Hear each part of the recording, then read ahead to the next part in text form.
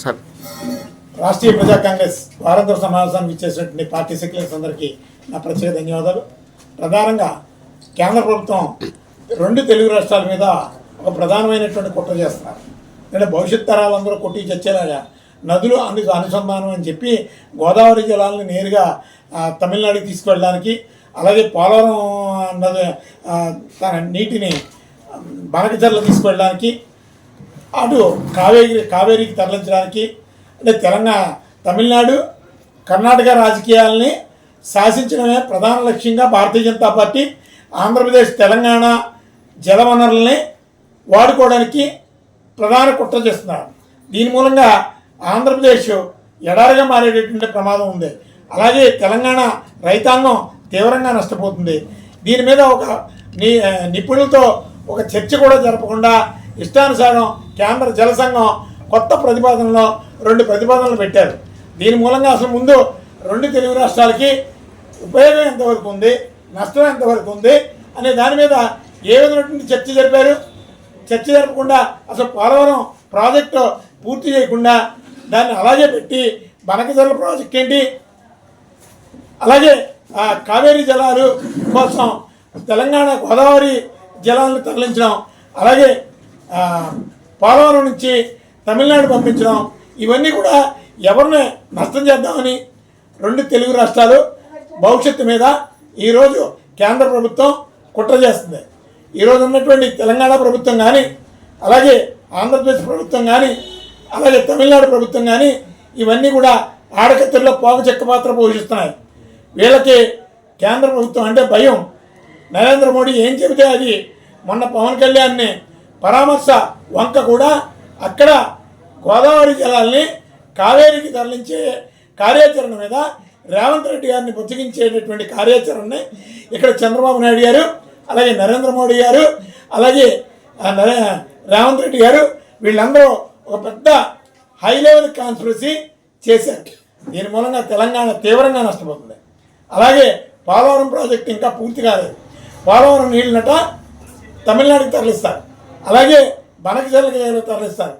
అసలు పోలవరం నీళ్లు ఎన్ని టీఎంసీలు మనకు అవసరం. ఇప్పటికే గోదావరి జలాల మీద కృష్ణానది ఆధారపడి ఉంది. కృష్ణానది పూర్తిగా ఎండిపోయింది. అక్కడ గోదావరి జలాలే ఈరోజు కృష్ణా వ్యవసాయానికి, కృష్ణా డెల్టా వ్యవసాయానికి ప్రధాన జీవనాధారం.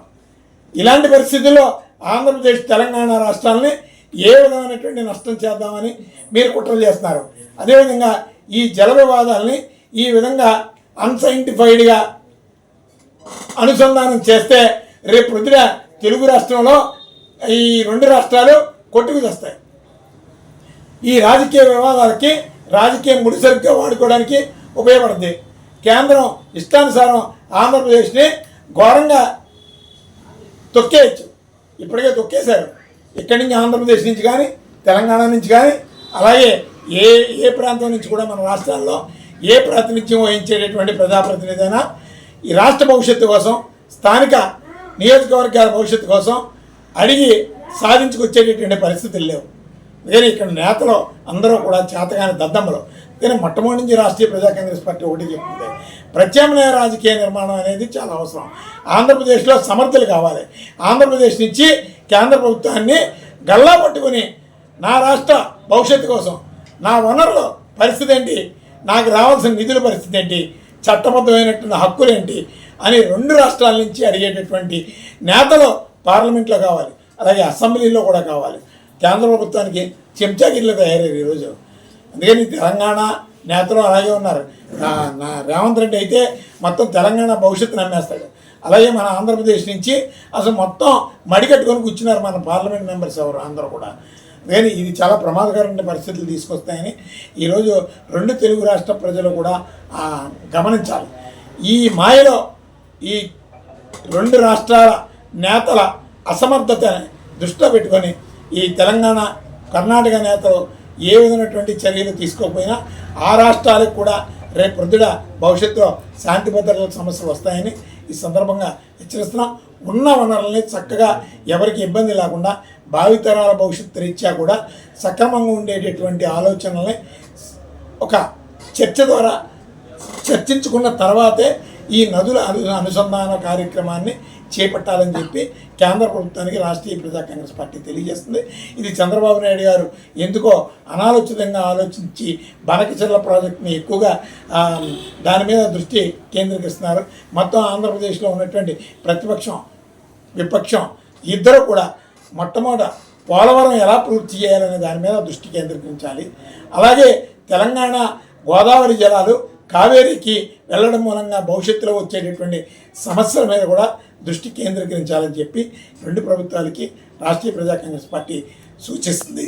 అదేవిధంగా ఈ భవిష్యత్తు పరిస్థితులు ఏంటంటే ఈరోజు కృష్ణ పూర్తిగా ఎడారైపోయింది. రేపు పొద్దున బనకచెర్లకి తరలిస్తే అసలు పోలవరం ప్రాజెక్టు ఎందుకు కట్టామో అర్థం కానటువంటి పరిస్థితి ఉంటుంది. ఇవన్నీ కూడా చాలా సైంటిఫిక్గా నిపుణులతో చర్చించిన తర్వాత ఏదైనా నిర్ణయాలు తీసుకోవాలని కేంద్ర ప్రభుత్వానికి రాష్ట్రీయ ప్రజా కాంగ్రెస్ పార్టీ తెలియజేస్తుంది. ఇప్పుడు ప్రతిపక్షం అలాగే అధికార పక్షం మౌనంగా ఉండి మీ బలహీనతలకి రాష్ట్ర భవిష్యత్తుల్ని తాకట్టు పెడితే కేంద్రానికి రేపు పొద్దున చరిత్రహీనులుగా మిగిలిపోతారని చెప్పి రాష్ట్రీయ ప్రజా కాంగ్రెస్ పార్టీ నుంచి హెచ్చరిస్తున్నాం.